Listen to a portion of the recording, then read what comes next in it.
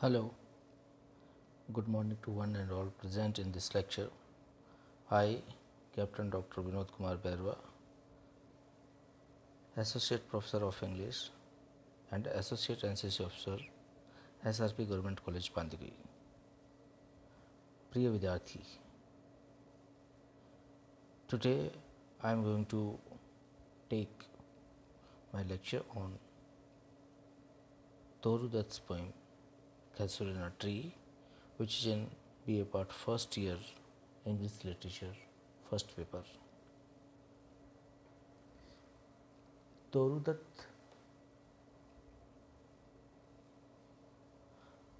Before to start Toru Dutt's Casuarina Tree, I would like to give a brief information about Toru Dutt. Toru Dutt was born in Calcutta in 1856 in a respectable Bengali Christian family. She received her education in Europe. She was a poetic genius and was interested in the songs and legends of India. She died in 1877 when she was only 21 years old. Even a brief span of her life made her immortal. The present poem, Casuarina Tree, is an intense love for nature, which Toru described in this poem. Here, we find a beautiful description of nature and love for Casuarina Tree.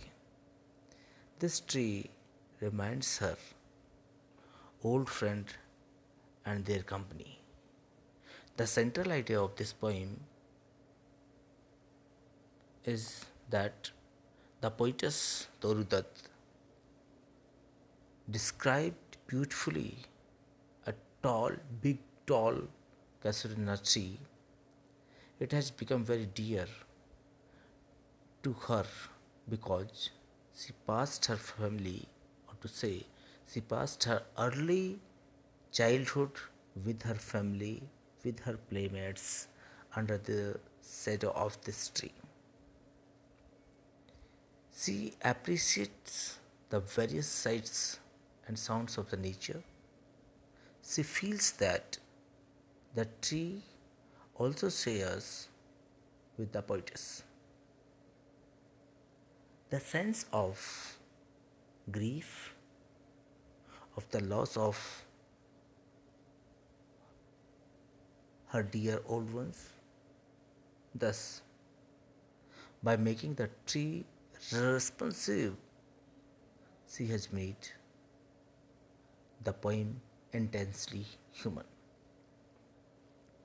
इस कविता के अंदर तोरू दत्त बहुत सुंदर तरीके से विशालकाय जो कैसुरिना tree, जिसको बरगद का पेड़ कहते हैं, उसके बारे में वर्णन करती है। ये कैसुरिना ट्री तोरू दत्त के लिए बहुत प्रिय हो गया क्योंकि उसने अपना प्रारंभिक बचपन अपने साथियों के साथ पेड़ की छाया में बिताया था। वह प्रकृति के विभिन्न दृश्यों तथा ध्वनियों को पसंद करती है और ऐसा अनुभव करती है मानो उसने अपने मित्रों की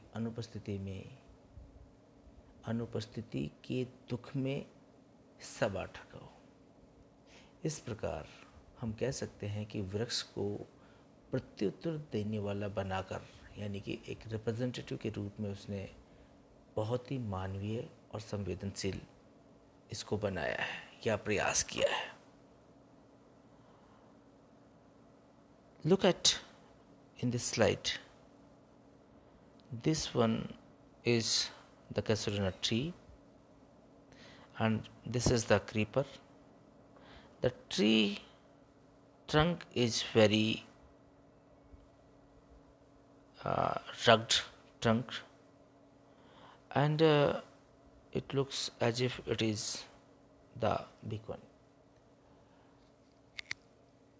Casuarina ट्री अपने आप में एक ऐसा महत्वपूर्ण ट्री के रूप में तोरू दत्त ने रिप्रेजेंट करने की कोशिश की है कि तोरू दत्त के अकॉर्डिंग जो ये ट्री है ये निसंदेह बरसों चलने वाला है।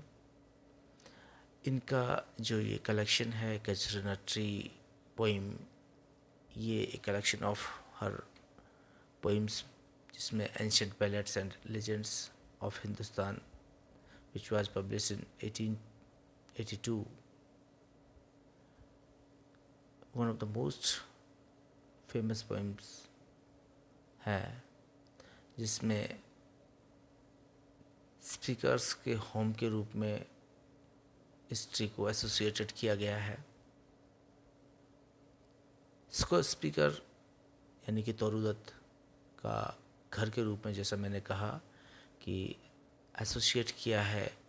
रीज़न उसके पीछे यही है कि उसने जो चाइल्डहुड मेमोरीज हैं वो अपने सिबलिंग्स के साथ, अपने ब्रदर एंड सिस्टर्स के साथ, right now they have been died, उनको इमेजिन करके, उनको लाइफ का पार्ट बना करके और कैसरीना ट्री के रूप में रिप्रेजेंट किया है। उनके जो सिस्टर और ब्रदर थे अबजू एंड आरू, जो कि अब इस समय ब्लेस्ड स्लीप में है, for I repose, that hints at the significance that it is not just an ordinary tree for the poet, but rather a part of her life, an integral part of her childhood that she shared with her siblings.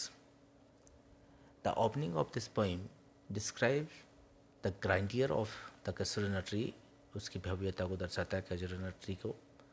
1 minute के अंदर उसको बहुत detail रूप में represent किया है। She said that the कैसरीना tree is standing erect and wearing the scarf of the creeper that clutches it like a huge python. Tree को एक विशालकाय, एक चिन्ह के रूप में रिप्रेजेंट किया है, जिसने कि एक स्कार्फ पहन रखा हो, और क्रीपर जो हैं, जो लताएं हैं, उसके ट्रंक को क्लच किए हुए हैं, जिस तरीके से एक ह्यूज पाइथन ने पाइथन के रूप में उसको रिप्रेजेंट किया है। तो इसके साथ ही जो ट्री है, देखिए उसको किस तरीके से रिप्रेजेंट किया है। The tree is the source of life. किसके लिए? तोरू दत्त, उसके ब्रदर अबजू और आरू के लिए। That filled with birds and बीज, क्योंकि बिग ट्री है तो निश्चित रूप से बहुत सारे जो पक्षी हैं, जो बी है, वो वहाँ आएंगी, घोंसला बनाएंगी, हैं। Though the children who use to play under the branches of this huge python tree, to say long ago, Toru, her sister and her brother used to play under the shade of this huge कैसरीना tree. This liveliness that surrounds the tree is further detailed in the second and carry forward stanzas, which tells of the baboons, kokilas, cows in its vicinity. In the third stanza, the speaker tells the explicitly that is not because of the magnificence, उसकी भव्यता के बारे में नहीं है, but जो कैसरीना tree है वो डियर है, प्रिय है कवित्री को। किस लिए प्रिय है? अपनी आत्मा से भी ज़्यादा प्रिय है। रीजन उसके पीछे एक ही है, because she right now had lost her brother and sister and now she is getting alone, and she is remembering right now her childhood, and she is very sad. Right now she had no brother, no sister. So for her it's a big hope for the life. Right now, she just imagine her previous life and live the moment of which she had spent with her sister and Aru, her sister and her brother Abju. इसके साथ साथ उसको कई बार बहुत दुखद memories भी उसके अंदर आती हैं, उसके दिल को तोड़ सी देती हैं. यह अलग बात है कि अपचू और आरू का नहीं होना तोरू दत्त के लिए एक बहुत बड़ा लॉस है. लेकिन तोरू दत्त को जब जब इच्छा होती है अपने ब्रदर और अपनी सिस्टर को मेमोरीज में ला करके पुनः जीवंत यादें जीवित जीने के लिए वो कल्पना करती है, पास्ट स्टेज की मेमोरी करती है और उन मोमेंट्स को दोबारा जीने का प्रयास करती है जो उसने अपने departed sibling, her brother and sister के साथ बिताए थे. आज जिस वक्त इस पोइम को लिखा गया उस प्रेजेंट सिनारियो में निश्चित रूप से तोरू टूट चुकी थी और एक लेमेंटेड सॉन्ग है, एक लेमेंटेड पोइम है जो कि एक हार्ट ब्रेकिंग ट्रिब्यूट है to Toru दत्त's sister Aru and Abju. She is speechless. She just wanted to express her feelings, and she said that this is the only tree. Because of this tree, I live my childhood moments again along with my brother and sister. In fourth stanza, the speaker tries to recall the various foreign shores, namely the France and Italy, where she heard the noise the similar to the tree, the mournful songs, and recalls the tree and her own loved native climate. Toru is no doubt always established Indian climate supremacy over the European countries. The poem closes with speakers meditates the deathless tree, the Borodale, that carries the same grim weight as those in William Wordsworth's poem Yeats, which she quotes fear, trembling, hope, and death, the skeleton, and time, the shadow. By contrast, the speaker tells us she yearns to return to the Casuarina tree for her youth, which she hopes to be saved from oblivion curse. No doubt, Toru Dutt ने अपना बचपन पुनः जीने का प्रयास किया इस poem के अंदर. इस पोइम में 5 स्टेंजा, 5 मतलब 55 लाइन्स है, जिसको कहेंगे कि 11 लाइन्स का जो 5 लाइन्स का 11 स्टेंजाज हैं, 5 स्टेंजाज ऑफ 11 लाइन्स के हैं. और ईच स्टेंजा जो है उसके अंदर Octave of 2 enclosed rhyme quatrain है, followed by the rhyme scheme of the tercet, to say the 3 lines of the rhyme scheme, which is overall the rhyme scheme of the A, B, B, A, C, D, D, C, E, E, E, E, likewise the next ones. जो rhyme scheme Octave जो प्रत्येक stanza के अंदर allow किया है, तोरू दत्त ने इसको develop किया है कि न्यू फॉर्मेट में, न्यू विचार के साथ में, न्यू थॉट के साथ में प्रत्येक स्टेंजा के अंदर जो राइम स्कीम टर्सेट की है और end of the each stanza जो है उसमें रेनफोर्स किया not only the content the finality of death but also because they evoke the previous stanza of their repetition.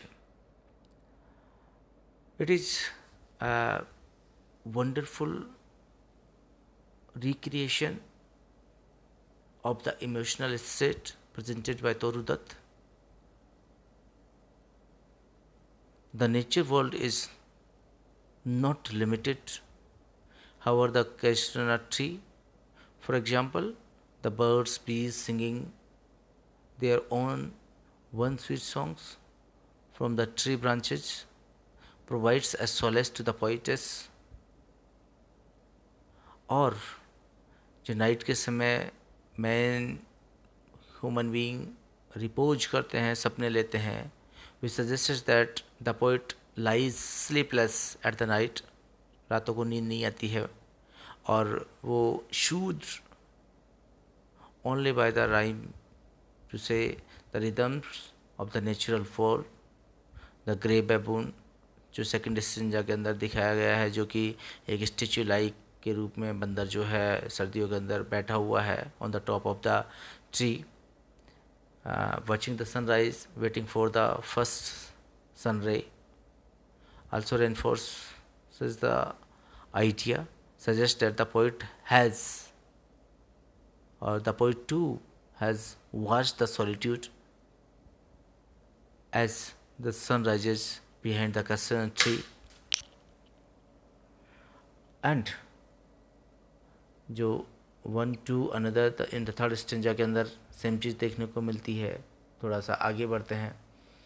कुल मिलाकर के जो कैसुरिना ट्री है एक शानदार ट्रिब्यूट है अपने ब्रदर और सिस्टर के लिए, स्पेशली अब्जू के लिए ये बहुत ही वंडरफुल ट्रिब्यूट है। ये एक इंट्रोडक्शन था जो कि मैंने यहाँ देने का प्रयास किया कैसुरिना ट्री का। तोरू दत्त अपने आप में एक लैंडमार्क हैं जो कि केवल मात्र 21 साल के अंदर इस दुनिया से चली गई, लेकिन इस दुनिया से जाने के बावजूद भी उन्होंने ऐसा एक नज़ारा पेश कर दिया जिसको कि हर कोई फॉलो करना चाहता है। इनको तोरू दत्त की तुलना हम शैली और कीट्स के साथ में कर सकते हैं जो कि बहुत बड़े नाम हैं। तोरू दत्त ने बहुत कम उम्र में ही इतनी ऊंचाइयों, इतनी हाइट्स को छू लिया जिसकी कि बियॉन्ड इमेजिनेशन है, कल्पना के परे है ये सारी चीज़ें। चलिए हम डिटेल डिस्कशन इनकी पोइम को अब नेक्स्ट क्लास के अंदर लाइन टू लाइन पढ़ेंगे। तब तक के लिए अलविदा। Thank you very much.